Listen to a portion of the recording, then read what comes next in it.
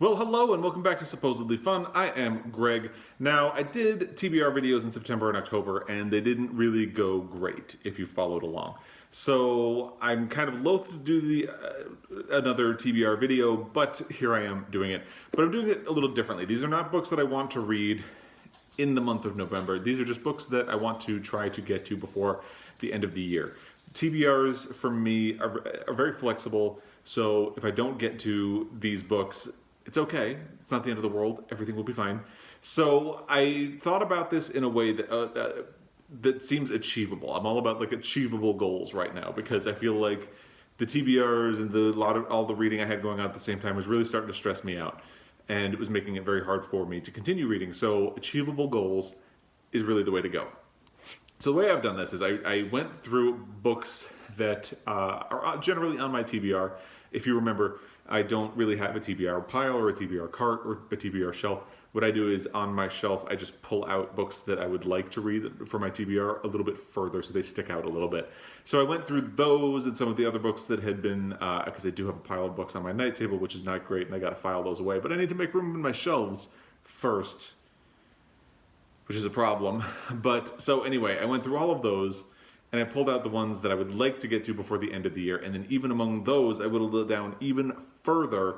So I would have a pile of must-reads before the end of the year. And these, again, it's flexible, but I came up with these 4 that I would definitely like to finish before the end of the year. And then I have a pile of books that I can go to if I need a read. And if I get to them, great. If I don't, whatever, no problem. So let's get into it, and let's start with the ones that are must-reads for me by the end of the year. Now, if you followed along at all, you know I really want to start my Pulitzer Prize project officially. I already read a supplemental read, so I want to get to His Family by Ernest Poole by the end of the year.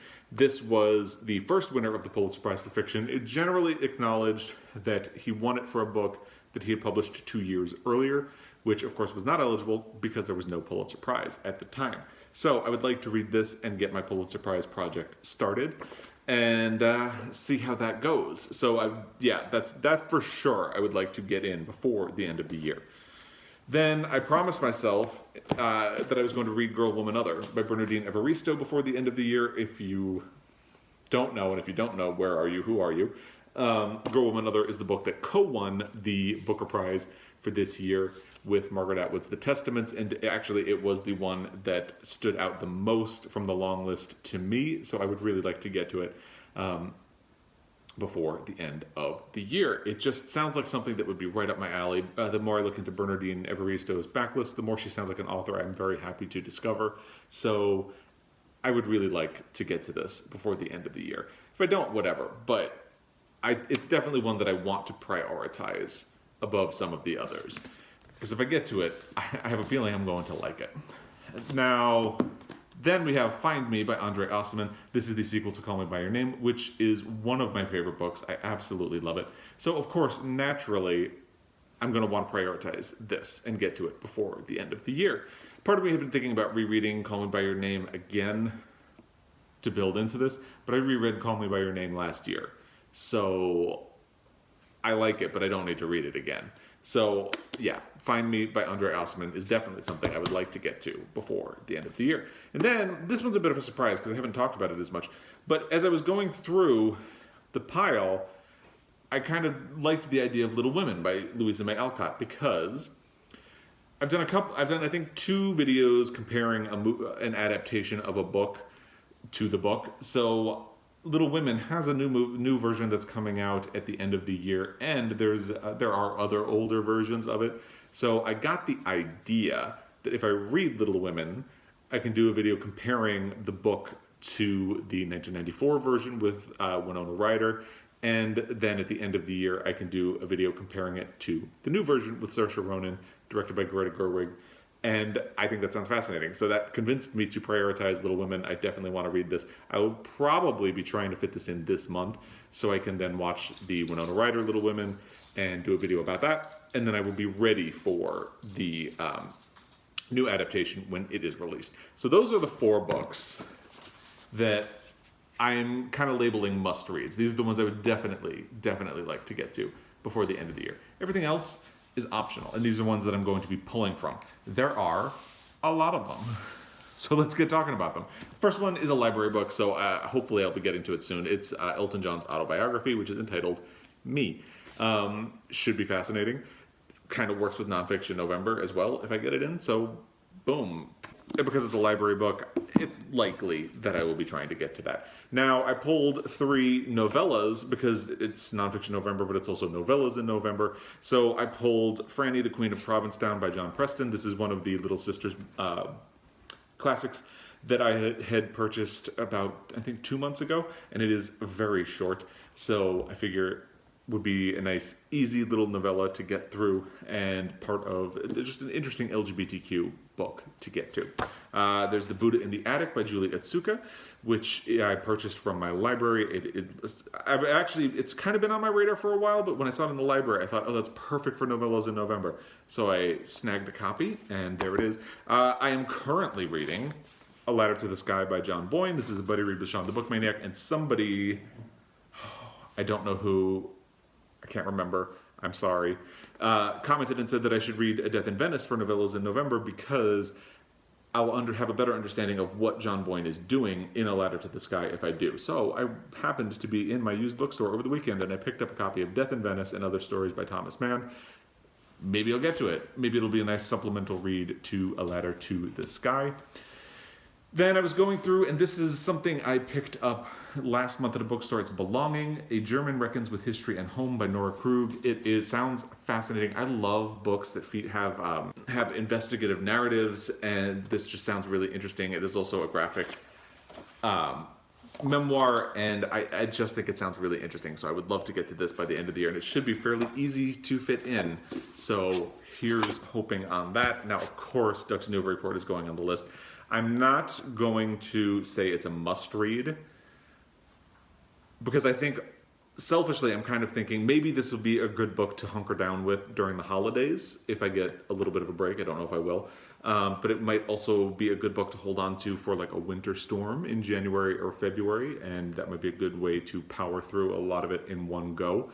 So if I get to it this year, great. If I wait for, say, January, February, and a winter storm, that's fine too. So we'll see how things shake out with that. Next is Damien Bars, You Will Be Safe Here. This has been something that sounded really intriguing to me for a while, and I picked up a copy. It's just definitely something that I'm interested in getting to, so I would like to, and we'll see how that goes. Edmund White, City Boy. I talked about this in June because I was hoping to get to it as part of the LGBTQ books that I was reading in the month of June. Basically, this talks about his time in New York City as part of the gay subculture in the 1960s and 70s. I believe he may have been at Stonewall or in the vicinity of Stonewall on the night of the Stonewall riot. I ended up not reading this in June because I started buddy reading The Stonewall Reader with Ollie over at Bookdraw, and I felt like a lot of like the Stonewall in that time period was kind of covered for then, but I would still like to get it. And Edmund White is receiving the Lifetime Achievement Award at the National Book Awards later this month. So I would like to kind of honor him by finally getting around to read one of his books. And given that this is still the 50th anniversary of Stonewall, this would seem like a good one to get to. So we'll see how that goes. Then there's Ocean Vuong's On Earth We're Briefly Gorgeous, which is a very love it or hate it book here on BookTube. I've heard really great things. I've heard really awful things. I haven't heard much in between, but I'd be interested in getting to it. It is a book in the form of a letter that a son is writing to his mother who can't read, which sounds fascinating, and it deals with queerness and family and immigration and lots of very interesting issues. So we'll see how it goes. I had started this on audio, but that was during the peak of one of my slumps, and I just couldn't get I was listening to it on audio, and I was having a really hard time focusing on it, and it didn't feel fair to the book or to me or to any of you listening to me talk about the book for me not to really be able to pay attention to it and try to power through it anyway. So I kind of held off, and maybe I'll try with the actual physical book and see how that goes. Sean the Book Maniac had mentioned The Women of Brewster Place to me much earlier in the year. I can't remember when, and I picked up a copy, haven't gotten to it yet. I had not known that this book had a queer element to it, and that kind of rocketed it up my TBR, and I would like to get to it before the end of the year if possible. Then, kind of in a similar vein, this was also part of my LGBTQ TBR for the month of June. Speak No Evil by Uzodinma Owela. This deals with the son of African immigrants who in America, when his father finds out that he's gay, he is sent back to Africa, and it's about the repercussions of that.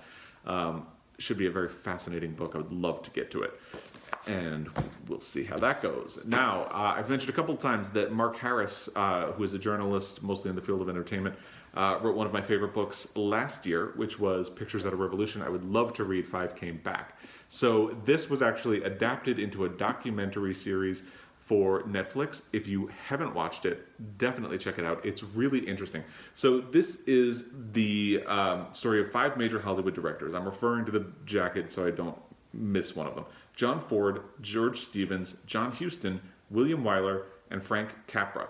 It's about how they got involved in World War II, the things they did for World War II. For instance, Frank Capra stayed in the United States for the most part, but he filmed kind of propaganda videos to help stoke passion for the war back here in America. A lot of the other ones were overseas in various places, and it's about how their experience of the war forever changed them. And one of Mark Harris's points in this is that ultimately, after they came back, all of them ended up making one of their better regarded movies. For instance, I believe Frank Capra did It's a Wonderful Life afterward. The Best Years of Our Lives was the product of that. And so it's about how they got involved, what they did, and how the war forever changed them. I love Hollywood history. I love Mark Harris's writing, so this sounds like a natural for me, and I would love to do it. Again, the documentary series is out on Netflix right now, so you can watch that. I did, but I still want to read the book. And also, How We Fight for Our Lives. This is something that I've been really wanting to read ever since, I think Matthew Sharapa sent me a copy of this, and I've been wanting to read it ever since and haven't gotten around to it, and it's only small, so I would like to read it before the end of the year. And definitely get that in because it feels like a very timely story and a very interesting thing. So I would love to read this memoir. And finally, Dominicana by Angie Cruz. This is something I got from Book of the Month Club. It just sounds so interesting. It's about New York City and immigration, and it's life in the 60s, and a little bit of gender politics because it's about a woman, a female immigrant who doesn't really have any other options. It just sounds so good, and the initial feedback I've gotten on it has been very positive. There was I'm blanking on who it is, somebody I just recently subscribed to, because her review of this was so good that it just really bumped this up my TBR, and I will find out who it is, and I will link her video down below. Check it out, because she talks about this way more eloquently than I could, especially since I haven't read it. But speaking as a white man about this book, I feel like you should trust her opinion a little more than mine. So, anyway, those are all the books, all the many, let's see if I can move this without toppling anything, the many books that I would like to prioritize before the end of the year. Oh, it's so tall, it's not even all in frame. And I had been going to add Beloved because I was talking about a buddy, but somebody, it looks like I got it wrong. We were talking about Song of Solomon. So that is another book, but I have to get a copy. So we'll see how that goes. Now, I'd love to hear what you would like to prioritize before the end of the year. If there's anything in here, especially in the maybe pile, that you think I should definitely bump up the priority list, let me know. And I will take it into consideration. No promises, but I'll take it into consideration. So, anyway, as always, thank you for your time watching this video. It is always appreciated. If you're a return subscriber, you are the best. If you're not, I hope you enjoyed this enough to follow along. And as always, I will be back. Until next time, happy reading.